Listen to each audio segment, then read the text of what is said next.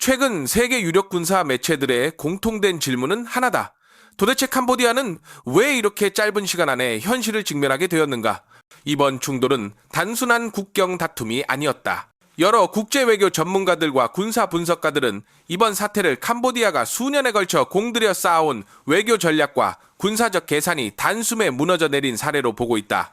캄보디아는 오랜 시간 중국이라는 강력한 후원자의 의존에 움직여왔다. 중국의 존재를 외교적 무기로 활용하며 주변국들을 견제하고 그 한계를 시험하는 방식, 마치 북한이 반복해온 도발 전략을 변형한 모습이었다. 하지만 이번 전쟁은 그 전략이 더 이상 유효하지 않음을 보여줬다. 12월 초 캄보디아가 다시 포문을 열자 예상과 달리 전장은 급변했다. 태국은 이미 교전 이전 단계에서 공중 우위를 확보하고 있었고 전투가 본격화되자마자 F-16 전투기를 중심으로 정밀 공습을 단행했다. 캄보디아는 전투가 단기간에 끝날 것으로 오판했지만 결과는 참혹했다. 단 2주 만에 최소 38명이 사망했고 80만 명에 달하는 피난민이 발생했다. 이는 단순한 국경 충돌이라고 부를 수 없는 규모의 재앙이었다. 캄보디아의 첫 번째 실수는 전장의 본질을 잘못 파악한 점이다. 중국산 다연장 로켓과 포병 전력을 중심으로 화력 우위를 통해 전세를 장악할 수 있다고 믿었다. 수많은 탄약을 퍼붓는 방식이 전장을 지배할 수 있을 것이라 판단한 것이다. 그러나 다연장 로켓 운용은 즉각 위치 노출로 이어졌고 이는 곧바로 태국의 정밀 타격 표적이 되었다. 믿고 밀어붙인 쪽이 결국 무너졌고 냉정하게 분석하고 움직인 쪽이 전장을 장악했다는 평가가 뒤따랐다. 군사 전문가들은 특히 캄보디아가 중국식 전술을 그대로 국경 지역에 적용한 것이 결정적인 실수였다고 지적한다. 중국식 교리는 대규모 병력과 화력을 전제로 하지만 이는 상대가 공중 우위를 확보하지 못한 상황에서만 유효하다. 하지만 이번 전쟁에서 태국은 교전 시작부터 하늘을 지배했다. 그 순간부터 캄보디아의 포병 전력은 무력화되기 시작했다. 캄보디아는 훈련받은 대로 포탄과 로켓을 발사했지만 그 모든 움직임은 실시간으로 감시당하고 추적당했다. 반면 태국은 완전히 다른 접근법을 택했다. 공중자산과 지상 감시 체계를 통합한 네트워크 중심 전투 개념으로 전장의 흐름을 주도해 나갔다. 필요한 지점만 정확히 타격하고 불필요한 전력 소모를 줄이며 전력을 보존하는 방식. 이 차이는 시간이 갈수록 더 분명해졌다. 캄보디아는 점점 대응이 느려졌고 하늘을 지키지 못하는 현실은 결국 모든 전력을 무방비로 노출시켰다. 시간이 흐를수록 전장의 균열은 더욱 선명해졌다. 캄보디아의 가장 치명적인 문제는 단순한 전력 손실이 아니었다. 타격받은 목표물 중 일부는 단순한 군사시설이 아니라 비공식 자금 흐름과 연계된 핵심 거점으로 알려지면서 상황은 한층 더 심각해졌다. 이는 군사적 패배를 넘어 정권의 재정 기반까지 흔드는 결과로 이어졌고 전선에서의 손실이 곧 정치적 부담으로 직결되기 시작했다. 이 시점부터 이번 충돌은 단순한 군사 분쟁이 아니라 캄보디아 체제 전반을 뒤흔드는 위기로 확대되었다. 중국의 태도 역시 캄보디아의 계산을 어긋나게 만들었다. 오랫동안 해군 기지 확장과 각종 군사 협력을 통해 강력한 후견인 이미지를 구축해왔지만 결정적인 순간에 중국은 직접 개입하지 않았다. 캄보디아 입장에서는 익숙하면서도 잔혹한 현실이었다.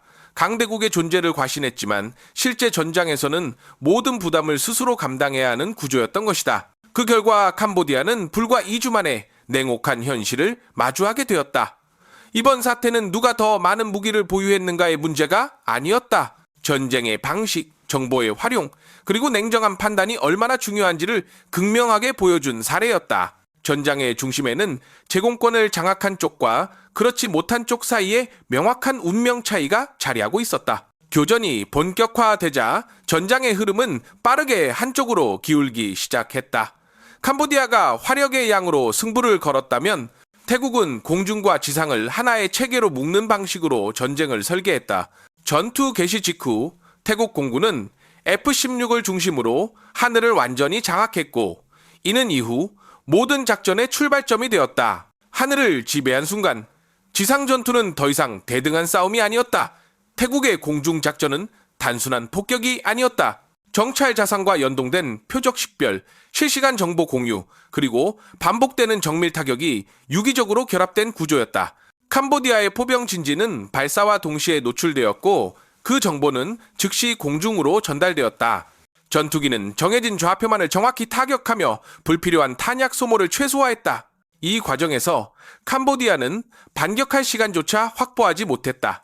지상에서도 차이는 분명하게 드러났다. 태국군은 기동성과 생존성을 중시한 운용 방식으로 빠르게 타격하고 즉시 이탈하는 전술을 반복했다. 포격이 끝났을 때쯤이면 이미 위치를 바꾼 뒤였고 캄보디아군은 반격의 실마리조차 잡지 못했다. 정확도와 생존성에서 벌어진 격차는 시간이 지날수록 더욱 크게 벌어졌다.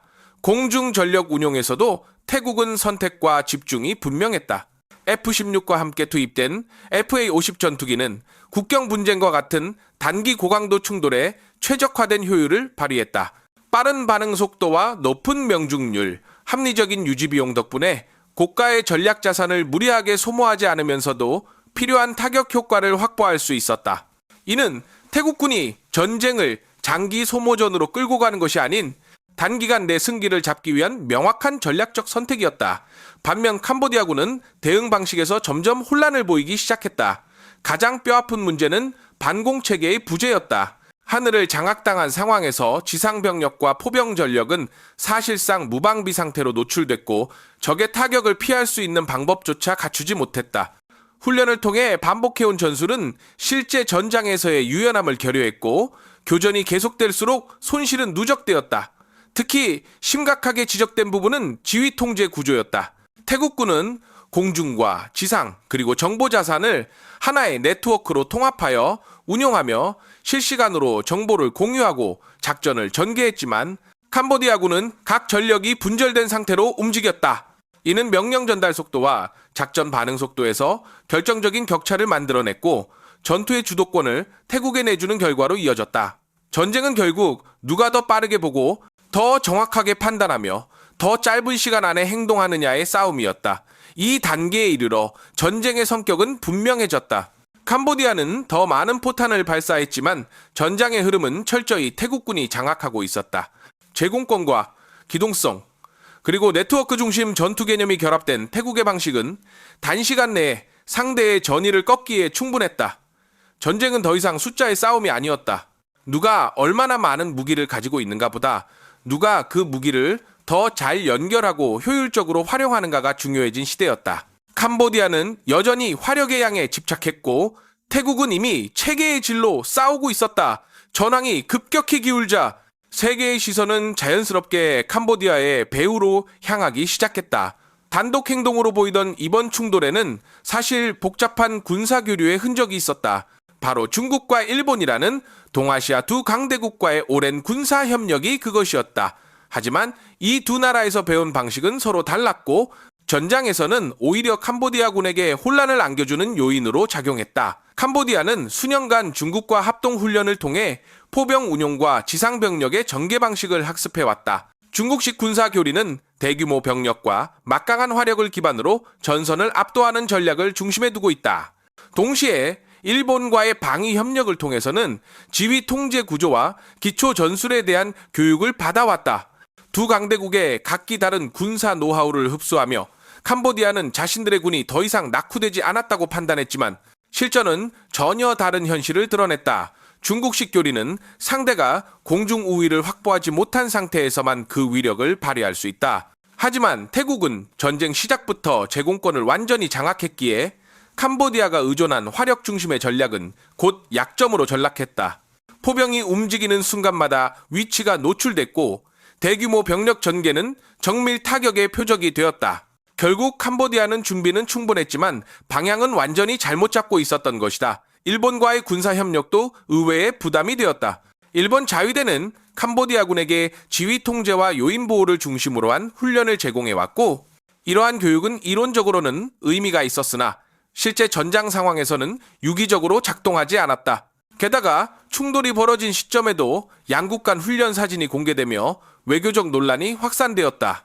일본은 중립을 강조했지만 태국 사회에서는 이를 사실상 적국에 대한 편들기로 받아들였다. 특히 일본과 경제적으로 긴밀한 관계를 유지해온 태국의 입장에서는 매우 민감한 사안이었고 여론의 반발은 곧 외교적 부담으로 전이되었다.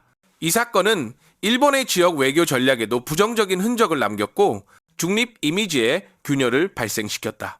캄보디아는 중국과 일본이라는 동아시아 두 강국의 군사 역량을 기반으로 자신들을 한 단계 끌어올렸다고 확신했지만 실전에서 그 결과는 참담했다. 서로 다른 교리와 목적을 가진 군사 협력이 하나의 일관된 전쟁 수행 체계로 통합되지 못한 채 각자 따로 작동했기 때문이다. 중국식 화력 집중과 일본식 지휘 통제 교육은 그 자체로 의미는 있었지만 제공권을 상실한 전장에서는 오히려 조직적인 혼선을 초래했다.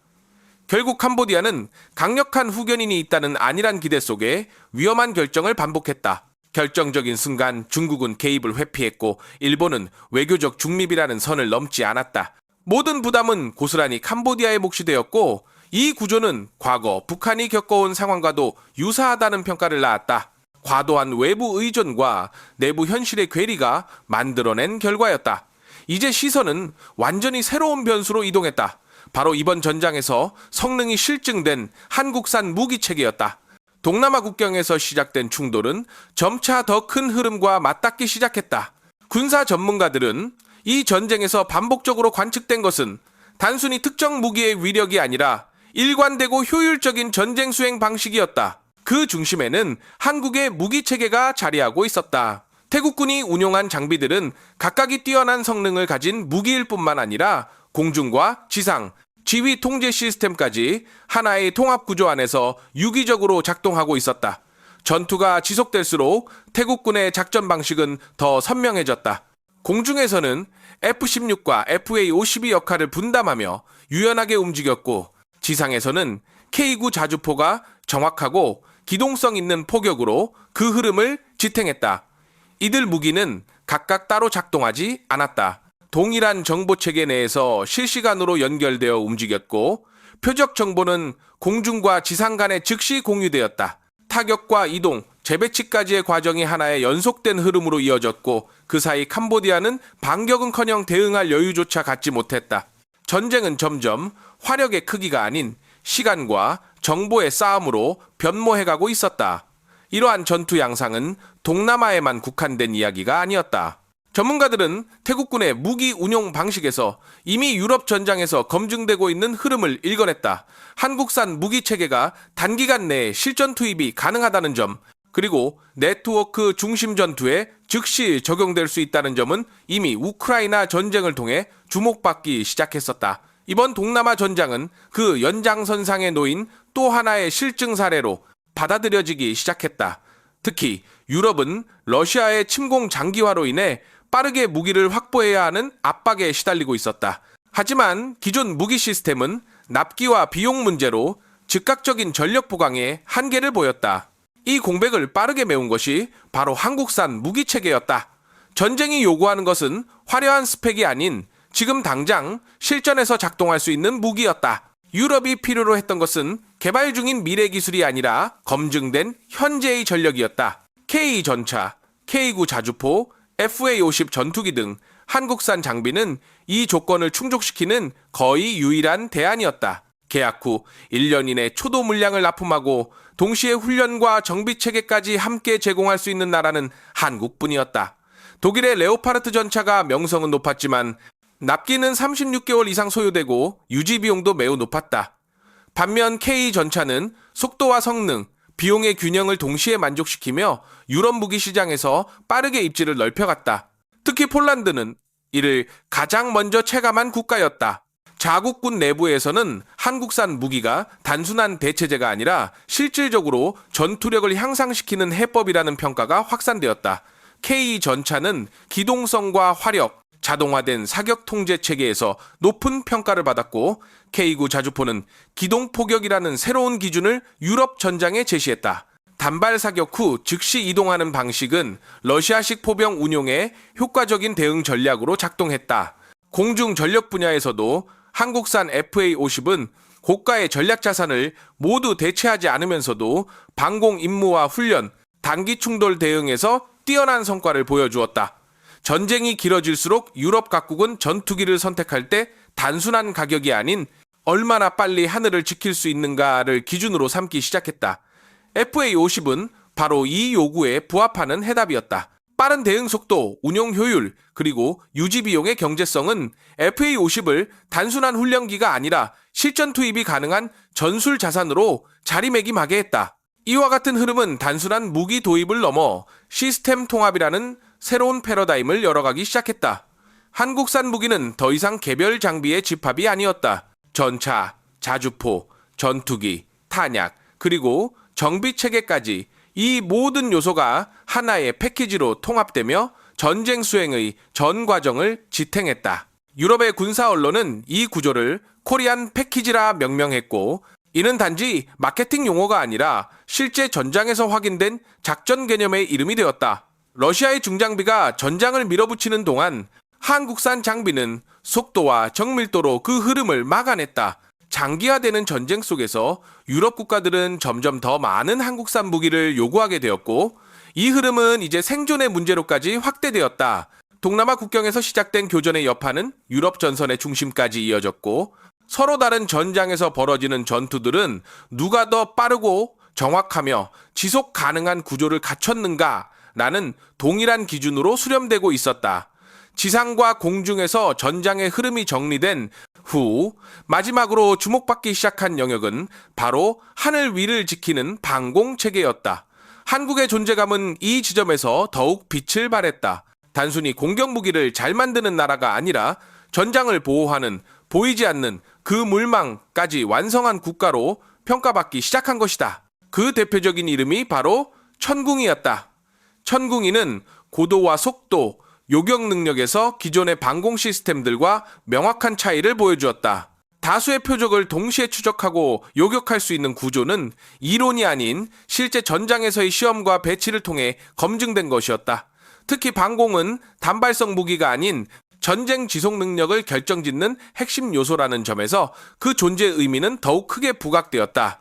이 흐름의 정점에는 한국이 처음으로 단독 개발한 전투기 KF-21이 있었다. KF-21은 단순히 저렴한 전투기가 아니었다. 합리적인 가격과 유지 비용, 그리고 실제 교전 능력을 모두 아우르는 플랫폼으로서 세계 군사 시장에 현실적인 선택지를 제시했다. 고가의 전략 자산을 모두 대체할 수는 없지만 대부분의 국가가 필요로 하는 수준의 공중 전력을 합리적인 조건으로 제공할 수 있는 전투기였기에 더욱 주목받고 있었다. KF-21의 또 다른 강점은 항공 전자장비와 임무 제어, 능력을 포함해 모든 핵심 기술을 자체적으로 보유하고 있다는 점이다. 이는 단순한 무기 구매를 넘어 전시 상황에서 외부 개입 없이 자주적인 작전을 수행할 수 있다는 국가 주권과 직결된 요소였다. 이 때문에 기존 전투기를 보유한 여러 국가들 역시 KF-21을 대안으로 검토하기 시작했고, 논의는 점점 성능과 운용 개념 중심으로 이동하고 있었다. 지상, 공중, 그리고 방공체계가 하나로 연결되면서 한국산 무기의 정체성도 더욱 명확해졌다. 이제 한국은 더 이상 특정 무기 하나를 잘 만드는 나라가 아니라 전쟁을 하나의 시스템으로 설계할 수 있는 국가로 자리매김하고 있다. 전차는 전차로 끝나지 않고 전투기는 전투기로만 존재하지 않는다. 이 모든 자산이 하나의 네트워크 속에서 유기적으로 작동하며 전장의 흐름을 통제하고 있다. 유럽 군사 언론이 이제 한국을 단순한 방산 수출국이 아닌 방산 표준국으로 부르기 시작한 이유도 여기에 있다. 나토 국가들이 한국식 무기 운용 개념과 정비 체계를 기준으로 삼기 시작했고, 이는 단순한 무기 거래를 넘어 군사 문화의 이전으로까지 이어지고 있었다. 전쟁은 여전히 비극이지만 그 비극 속에서 검증된 구조는 냉정하게 선택된다. 결국 이번 충돌과 그 여파가 보여준 사실은 단 하나다. 전쟁의 승패는 더 많은 무기를 가진 쪽이 아니라 더 빠르고 정확하며 지속 가능한 구조를 가진 쪽이 결정한다는 것. 한국은 지난 수십 년간 그 구조를 묵묵히 쌓아 올렸고, 전장은 이제 그 결과를 증명하는 무대가 되었다. 한국은 전쟁을 부추기는 나라가 아니라 전쟁을 관리할 수 있는 도구를 제공하는 국가로 인식되기 시작했다. 그리고 이 인식은 앞으로의 국제 질서 속에서도 쉽게 사라지지 않을 것이다.